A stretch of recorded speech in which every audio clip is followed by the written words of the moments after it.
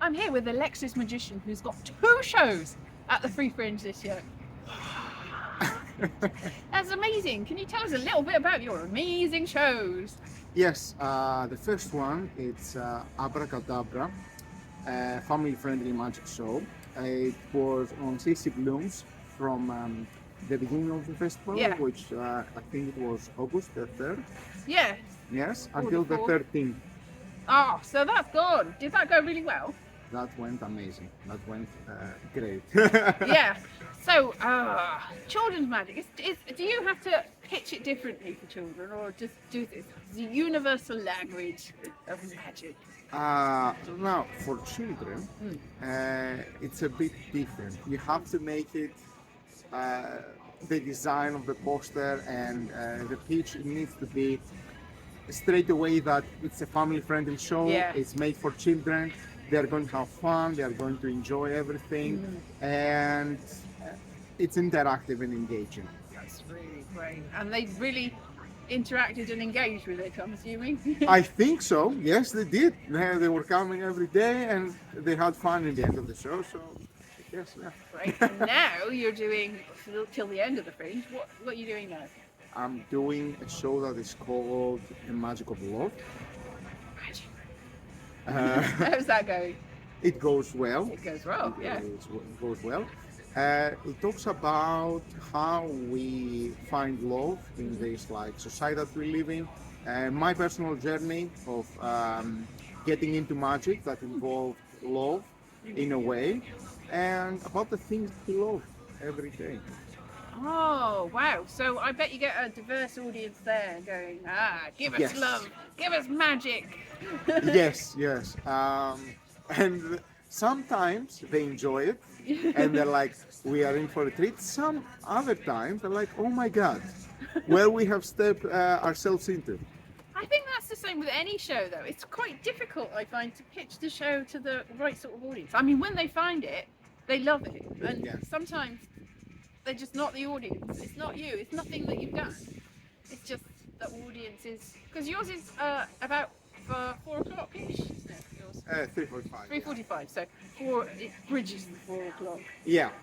So do you think that there's a different sort of audience that in afternoon to morning to evening that you have to pitch it differently? Absolutely, absolutely. What I have noticed is early in the morning, you need to have something really, really fun for all the ages. And as we go towards the evening, it needs to still be fun, but it's allowed to be a bit serious. But if it's after 8 or around between the hours of 8 and 10, Yeah. it needs to be silly, and also you need to have customize it for drunk people as well. Yeah. So it doesn't need to have storytelling or complicated stuff. Just simple visual magic that everybody can understand. Yeah, and I think that's the case for everything. I asked because I started my show yesterday. It was at 9 o'clock and I suddenly realised this is not the time, this is not the place. It is not for a gentle sort of cosy sort of thing about Wales and learning. It's not the place at all. So, Okay. which is unfortunate, but I sort of predicted this last week. Well, yeah. I mean, you can still modify it a little bit, Yeah. right? I'm probably just going to get people to come and just do stupid stuff about Wales because I've got a generic enough poster. Okay, good. But you've got the magic of love, so I suppose you're sort of stuck with thematically sort of doing love and magic. Even if you changed it, you'd have to do maybe more drunk magic love. Yeah, I mean, my show encompasses themes around falling in love, dating. You can make you can do a lot of stuff. Cheers. There. Cheers, No yes. problem. And our coffee's come. You need to pay for it now. Oh, it's okay. You can All go right, for it yeah, later. that's good. So thanks. remember we're here. Run away! No, we've got it on video saying that we're supposed to pay, so everyone can come and get us for that. Cheers, yeah.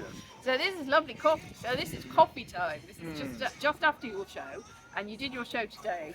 So Yes. sometimes you've got vast audiences, and sometimes you have to pitch it to smaller audiences. You find, whoa, things are magic. So, do you find that with the smaller audiences, it's more intimate? Do you do more close-up magic if you've stuck with the small? No, you don't. no. You just- I need the more people, the merrier. Yeah. Yeah, because it involves everyone. Mm. This is what I want to do with any show that I'm doing, to involve as many people as possible.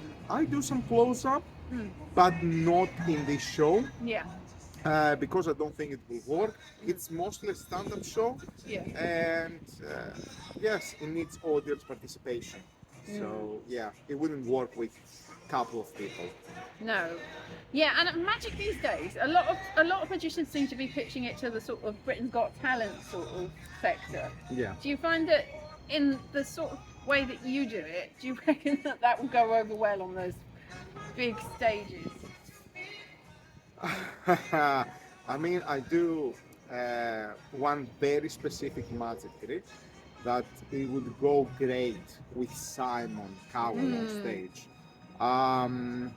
But it would not be everyone's cup of tea. No. I think with Simon Cowell, I've noticed that he's like, wow, that's real magic. And then it's pointed out how it might be done, and he's very disappointed indeed, because I think he actually believes it's truly real. Of course it is. Of course it is. It is. It's all real. Yeah. I don't know. I don't think my magic, the way that I design it, is not to fool people, No. but is meant to surprise them. Yeah. Yeah, because I mean, a dating magic trick, it doesn't sound too good, but it works on stage. Yeah, Yeah. Eating magic thing. yeah. Yeah, not like dating with the rings of a tree or history magic. Have you thought about doing that? Yeah. That would be really good if I knew any history. You just research. It's like history. I'm a Roman magic person. I'm a wizard. Although Seer. you can use it like Greece ancient history magic. Yeah, that would be amazing. That would Do be that. really- Ancient history Greece. That sounds. I come and see that every day. I would be me, like with default thing in English. It's not a toga because that's more Roman. It's just a tunic. Yeah. Yeah. A I will tunic. wear this thing, The nothing tunic. else, and then I will do magic. People will think it's like a kind of magic burlesque show or I would something. love it. That would be amazing. Especially in a burrito place, it will work perfectly. That would be so good. Yeah. Amazing. So now we know what Alexis Magician is doing next year. Alexis! Oh, it's so exciting. Yeah, but this year it's all about dating. Actual, like, the love. The love. So, are you going on a journey yourself in the show and you're bringing the audience with you? So, since I started doing the show, I realized that some things will not work for everyone. So I have like adjusted every day, small changes, and I think that every day changes the show for them and for me as well. So I go for sure on a journey with them. A journey through time and space, and love, and longing and angst. Oh, yeah. Oh, exciting! So exciting. So, in your children's show, was there a theme, or was it just, "Hey kids, it's fun"? No, actually it wasn't a thing. Although I wanted to incorporate a theme in my fiction, I think that okay. Run over. You can now take a close up. Yeah. I should. No, believe it. The wind Okay. has gone. We're back to normal. Okay, perfect. So yeah, I just had like simple tricks that kids can understand, and they don't need to follow the story. It will be easier for them to like just that's 5 minutes. Okay, now I can relax. That's another 5 minutes. Nice little pocket-sized chunks for kids. Yeah, So it's exactly. like, don't worry, kids, if your attention span's gone in this, Here it is again. Get back to Exactly. me. Get back to Exactly. me. Yeah. Because the kids are like this. Yeah. Yes. I have worked with kids. They are amazing, but you have to catch them at the right time sometimes. Exactly. And 12 o'clock in the afternoon, it's a bit weird It's a time. bit weird. It's like, I'm hungry, mom, food. Yeah, maybe a little bit. Yeah, exactly. So obviously the schools have gone back by the end. So you did a wise thing in moving on to adults for the rest of the Fringe, I think. Yeah. Yes.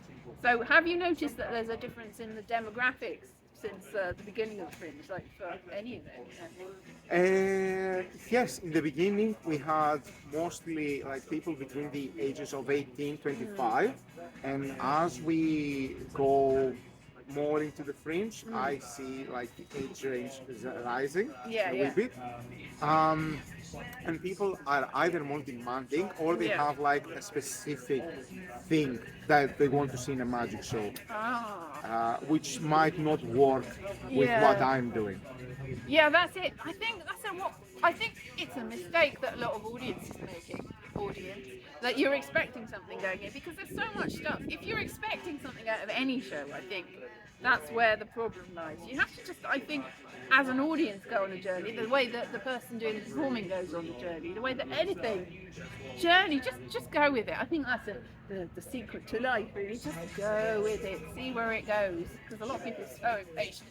Yeah, and I think the older you get, you know what you like and what you don't like, Nothing. Yeah. and you're like, I'm not, I don't want to Yeah. wait to see where this leads. I'm just going to follow the one that I want to see. Yeah. Yeah, Yeah, that is awkward. yeah, they do that, which is fine. It's absolutely fine. The shows doesn't need to tailor for everyone. No. It needs to be for the specific people that you want. Yes, exactly. And that's it. It's also, I think there's an art to flyering. So do you sort of know when you're flyering people, that's the sort of people I want? And sometimes you're wrong, where is the problem? Like, yeah, that's my audience, oh no. Yeah, I do know them actually. They're mostly like people who have like the other half with them, that they were their partner, or they're like a big company. Because the nature of these magic tricks that Yeah. I'm doing requires men. It would be very uncomfortable for women to experience these magic tricks. It's good to see them, not good to be a part of them. It's very weird, but it makes sense if you come and see the show. Yeah. So it's good to have a sort of mixed group of people. Yes, yeah. mixed group of people. Yeah, so there's not one. So if it was all completely men, would it work if there was no women at all in the audience? So what are you doing? It would work. I mean, Differently, yeah. yeah. I mean, if I have a group only for women, I will need to like change the magic tricks a wee bit, which is fine. I can do that. But it's more fun because men don't get to do these kind of magic tricks anymore. Oh, Yeah. well, that's intriguing and no mistake. Yeah, so do you find that people respond so well that they give you thousands of pounds by the end? Yes, everyone does. Is it going really well, this Fringe? For the children's show, it went absolutely Yeah. amazing. For this show, some days people really enjoy it. It's like they say to me, it's the best thing I have ever seen in the whole Fringe. And some people say that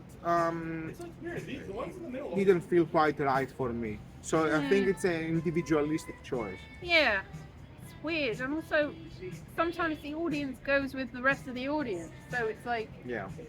people that might have enjoyed it in a different audience are just not getting it in that audience. So there's a strange alchemy happening. Magic. Yeah. It's magic. The magic of audience. Yeah. Audiences are, I think, a bit strange and scared. Yeah, no, I've heard because it's like there's not as many people. I don't think there's as many generally tourists as there. I think there's something. It's quieter, but a lot of people have got loads of people in their audience, and a lot of people have got nobody, and it's not necessarily the people that you'd expect either way. It's just Huh. It's just a weird year It is for weird, everybody, yeah. I think. The numbers are up, but they are more careful on what they are going to do. Yeah. They have planned a bit better, maybe. Yeah. Or they choose people who have seen before, and it's the safe choice to go and see. That's true. I mean, a lot of people like book tickets, so they're very anxious to get to those ticketed shows and just those ticketed shows, and so they don't necessarily have enough room to see the things in between. But some of the free shows that have developed like a cult following, it's like people are coming back to them and not really seeing anything else except for these shows, and then walking out in the street like saying the lines and whatever. Like, yeah, for the ones at the ones that I was talking about, the Master and the Ritual. The Master and the Ritual, yes. That's very much developed a cult following. But I mean, it's totally different, right? There is not a lot of horror shows in the Fringe in general.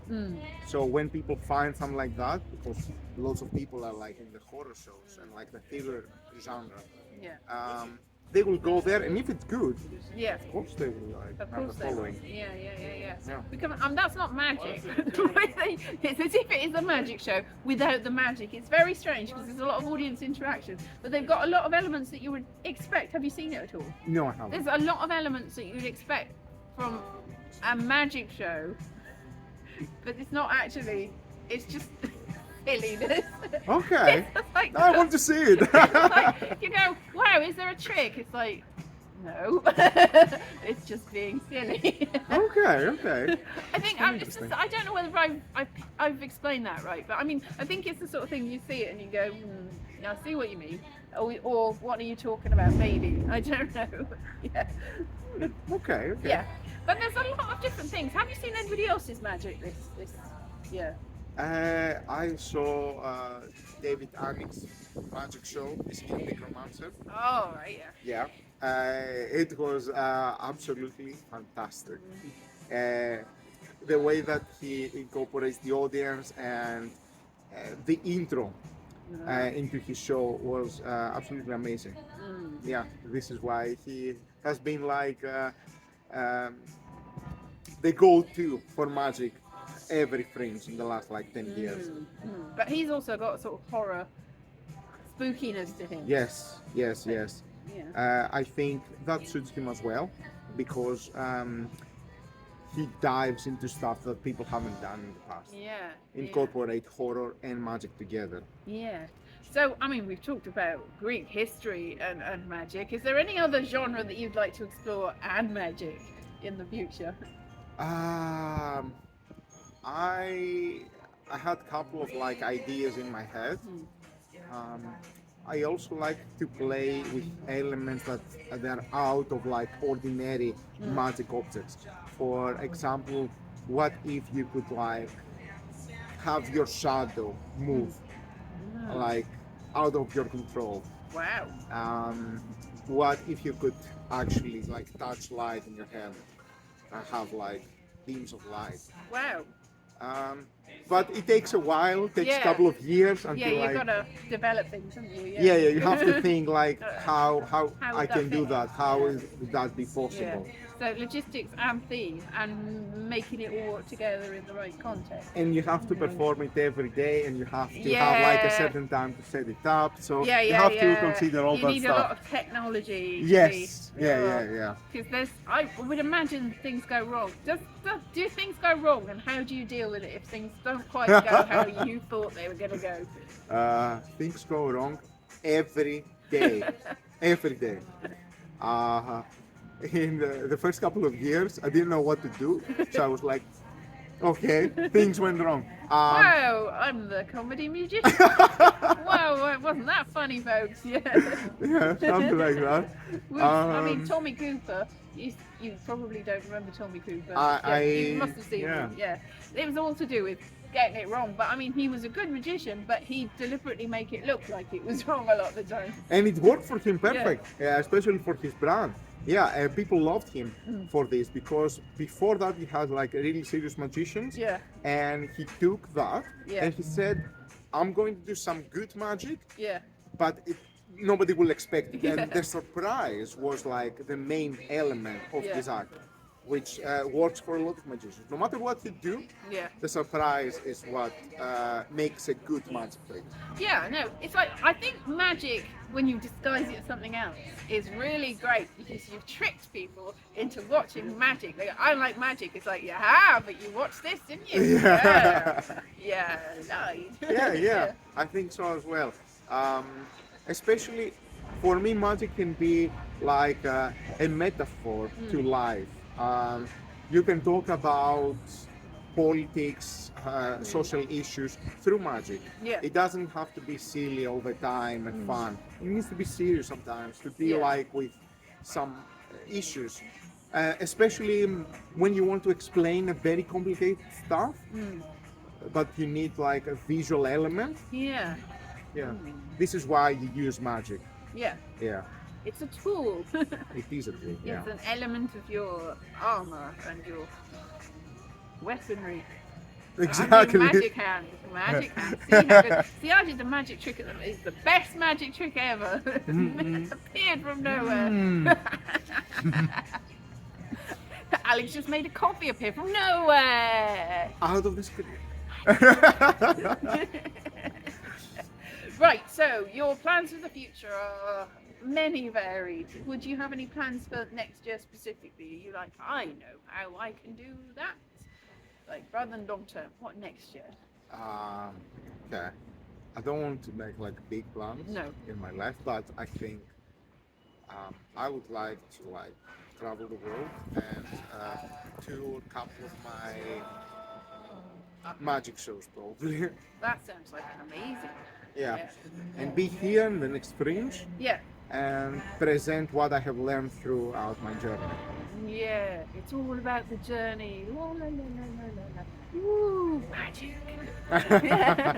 All right, thank you. Thank very you so much, So, Elise. I really Alexis appreciate it. Magician has got the what's it called? The Magic of Love. The Magic of Love Burrito and Shake until the 25th Yeah. of August at 3:45. Yes. And if you got the chance, you can go and see the documentary. It's a kind of magic on YouTube on how I made this show. And I will put that link in the thing below, and that will be something you can look at. Yay! And then it'll say related videos, and I'll go, that one. Brilliant. All right then. Thank you very much. See Thank you. Bye. Bye.